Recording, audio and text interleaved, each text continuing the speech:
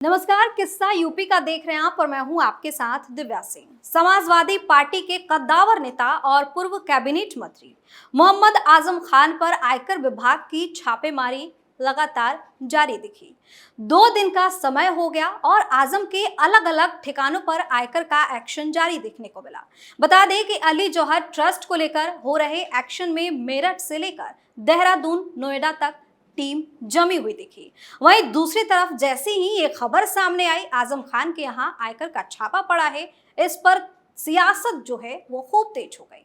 सपा प्रमुख अखिलेश यादव ने कहा कि सरकार जितनी कमजोर होगी, विपक्ष पर छापे उतने ज्यादा बढ़ते जाएंगे। इसी पर चर्चा के लिए हमारे साथ मौजूद है कैपिटल टीवी के एग्जीक्यूटिव एडिटर राजीव जी। सर, स्वागत है। धन्यवाद। दिक्कत क्या है छापे से?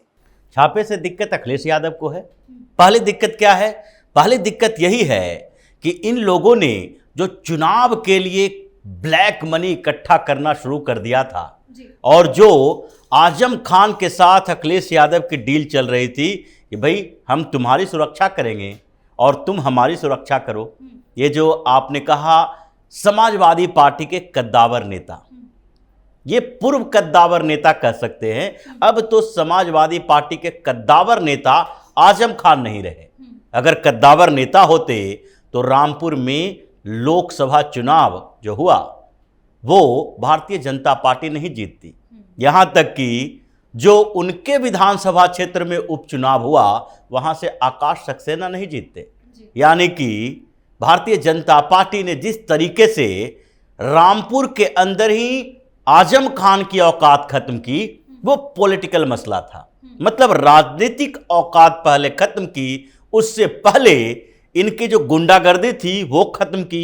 100 से ज्यादा FIR दर्ज हुए दोनों के बीच, यानी कि अब्दुल्ला आजम, आजम खान, बाप बेटे दोनों त्राही त्राही करते रहे, क्योंकि इन लोगों ने सत्ता के नशे में सत्ता का इतना ज्यादा दुरुपयोग किया था कि रामपुर तो क्या, पूरे उत्तर प्रदेश में कोई भी एक व्यक्ति ऐसा नहीं था कि आजम खान के सपोर्ट में आए। व्यक्ति की बात कर रहे हैं, नेता या पार्टी से जुड़े हुए वो कार्यकर्ताओं की बात नहीं कर रहे जिनके लिए समाजवादी पार्टी के कोई नेता कितना भी गलत काम कर दे, इरफान सोलंकी बन जाए या अतीक अहमद और मुख्तार अंसारी बन जाए, इन लोगों को कोई फर्क नहीं पड़ता, ये उसकी बुराई नहीं करेंगे। उन लोगों की बात नहीं कर रहे। वो सामान्य प्राणी नहीं है, वो विशेष किस्म के प्राणी हैं। उनको कुछ दिखाई नहीं पड़ता सामने में कि ये सामने वाला व्यक्ति अच्छा कर रहा है या बुरा कर रहा है। उसकी नजर एक ही है, एक ही चश्मे से देखते हैं कि हमारी पार्टी में है तो मैक्सिमम ईमानदार है। अखिलेश यादव भी उसी कैटेगरी में है। अखिलेश यादव किस मुंह से आजम खान का सपोर्ट कर रहे हैं और कह रहे हैं कि अगर सरकार कमजोर होगी तो छापे बढ़ेंगे। ये तो सरकार की मजबूती का नतीजा है कि छापे बढ़ रहे हैं। इतने पॉलिटिकल प्रेशर के बाद, यानी कि कोई भी सरकार जब पॉलिटिकल प्रेशर झेलती है, राजनीतिक दबाव में होती है, तब जबकि विपक्ष उस पर एक ही तरीके का हमला करता है कि राजनीतिक बदले की भावना से हमारे नेताओं को प्रताड़ित कर रहा है। यह कितना पॉलिटिकल प्रेशर योगी आदित्यनाथ के ऊपर होगा या फिर PM मोदी के ऊपर होगा कि हम ED को, CBI को कंट्रोल कर ले और कहें कि इस तरह के छापेमारी मत करो, हमारी बदनामी हो रही है। मतलब ये लोग तो बदनाम करने की कोशिश कर ही रहे हैं, लेकिन अखिलेश यादव उन खबरों को पढ़ लेते। अखिलेश यादव IT डिपार्टमेंट यानी कि इनकम टैक्स डिपार्टमेंट के अधिकारियों के उस 3 साल के तैयारी को देख लेते।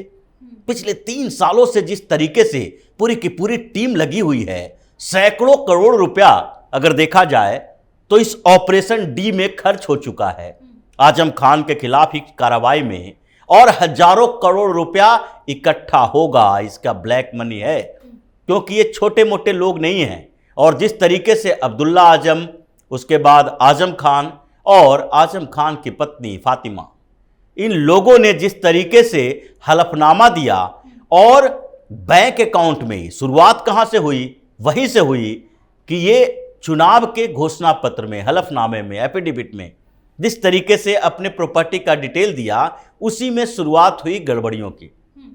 200 एकड़ जमीन, जौहर ट्रस्ट, जौहर यूनिवर्सिटी, ये सब कहां से अचानक से आ गया? आजम खान कोई रामपुर के राजशाही परिवार से, नवाब परिवार से तो है नहीं।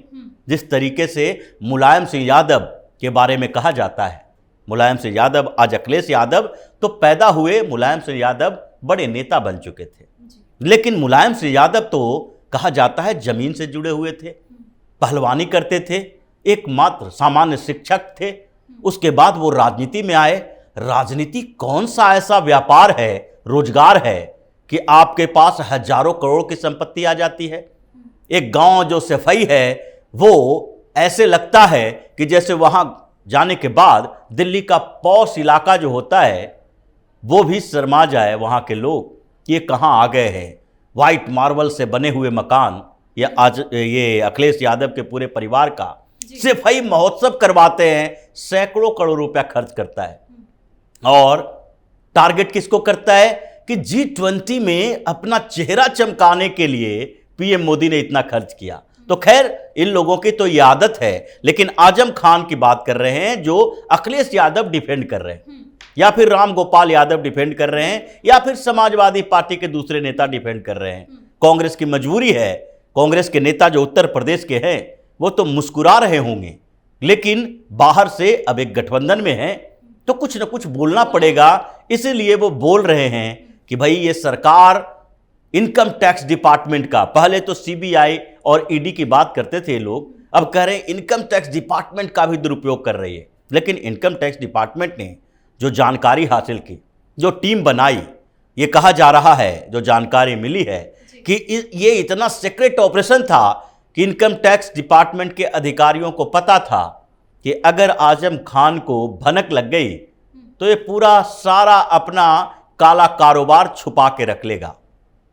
इसीलिए इन लोगों ने किसी को जानकारी नहीं दी। 40-42 इनकम टैक्स अधिकारी जो कि रामपुर गए हुए थे, उनको भी पता नहीं था कि हमको किस रूट से जाना है, किसके यहां छापेमारी करनी है। बस कोड दिया गया था D1, D2, D3, D10, ये 10-10 टीम बनाई गई और वहां तक इंस्ट्रक्शन नहीं है। सिक्योरिटी फोर्सेस हैं, सीमा सुरक्षा बल के जवान हैं।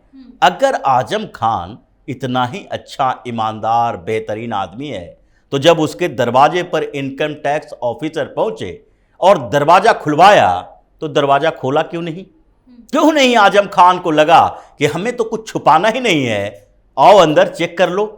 15 मिनट 20 मिनट तक ये लोग खड़े रहे, चेतावनी देते रहे, अगर नहीं खोलोगे दरवाजा टूटेगा या फिर हम अपने तरीके से कार्रवाई करेंगे। आजम खान के परिवार वालों ने फिर भी दरवाजा नहीं खोला। आजम खान की तबीयत आज बिगड़ रही है, इसने दरवाजा नहीं खोला तो एसएसबी के जवान पीछे से उसके घर में घुसे, जैसे किला बना के रखे हुए हैं। उसके बाद दरवाजा खोला, इनकम टैक्स के अधिकारी अंदर गए और जांच करना शुरू किया कि कैसे जौहर ट्रस्ट के माध्यम से ये लोग पैसों की हेर फेर कर रहे हैं।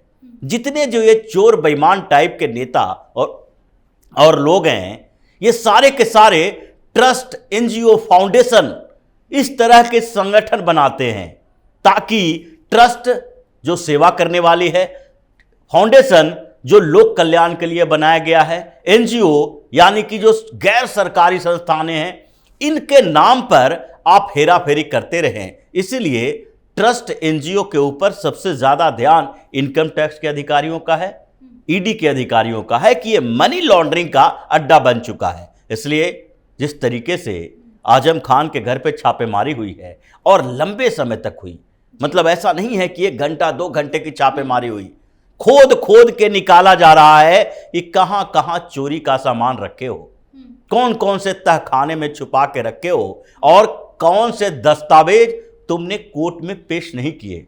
अभी तो ये शुरुआत है।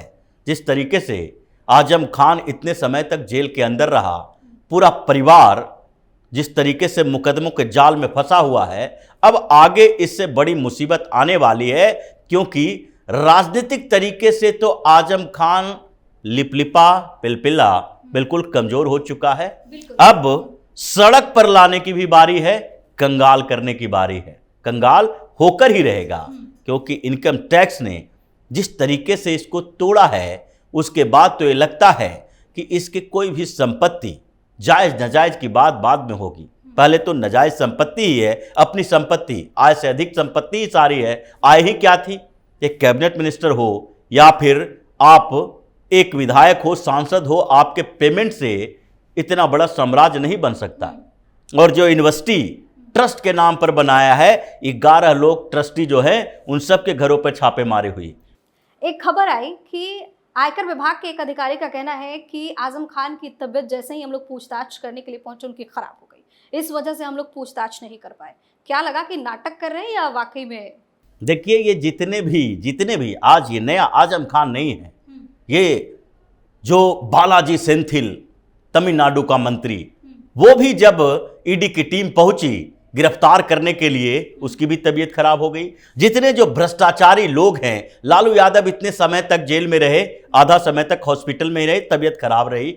लेकिन आजम खान की भी बात है, उसे पता है कि जब तक हमें सलाह न मिल जाए, वकील ना आ जाए, वकीलों से पूरी जानकारी न ले लें कि अब हमें कैसे जवाब देना चाहिए, तब तक खराब करके रखो तबीयत को। तबीयत खराब रखोगे, अनकंफर्टेबल रहोगे, आईटी के अधिकारी पूछताछ नहीं करेंगे, क्योंकि उसे भी लगता है बदनामी कौन मोल ले।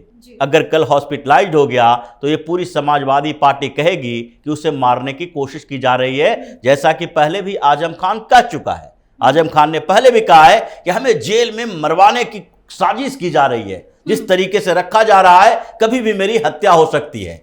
आजम खान का गेम खत्म हो चुका है, द एंड हो चुका है। और समाजवादी पार्टी का जो इलेक्शन फंड है वो भी ब्लॉक हो रहा है। आजम खान हो या फिर इरफान सोलंकी हो या फिर पहले ही अतीक, मुख्तार, ऐसे लोगों पर कार्रवाई हो चुकी है। इसलिए अखिलेश यादव का बौखलाना जायज है।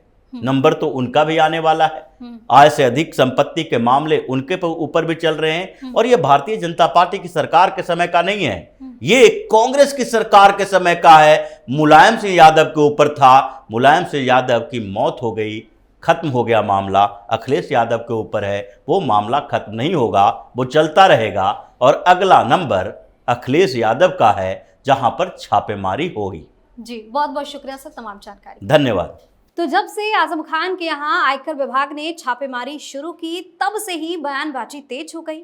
सपा सांसद रामगोपाल यादव का कहना है कि ऐसा लगता है कि दिल्ली में बैठे लोग हताश में ये कदम उठा रहे हैं। जहां तक इनकम टैक्स छापे की बात है, तो मुझे नहीं लगता कि उनके जैसे ईमानदार आदमी के घर पर ऐसी कार्रवाई भी होनी चाहिए। वहीं बीजेपी का कहना है कि किसी को डरने की जरूरत नहीं है, जो भ्रष्ट होगा वो पकड़ा जाएगा, जो निर्दोष होगा वो छूट जाएगा। फिलहाल किस्सा यूपी का में इतना ही। अगर आपने अभी तक हमारे चैनल को सब्सक्राइब नहीं किया है तो सब्सक्राइब कर लीजिए, हमारे वीडियो को लाइक कीजिए, शेयर कीजिए, साथ ही हमें कमेंट करके जरूर बताइए कि आपको हमारी खबर कैसी लगी।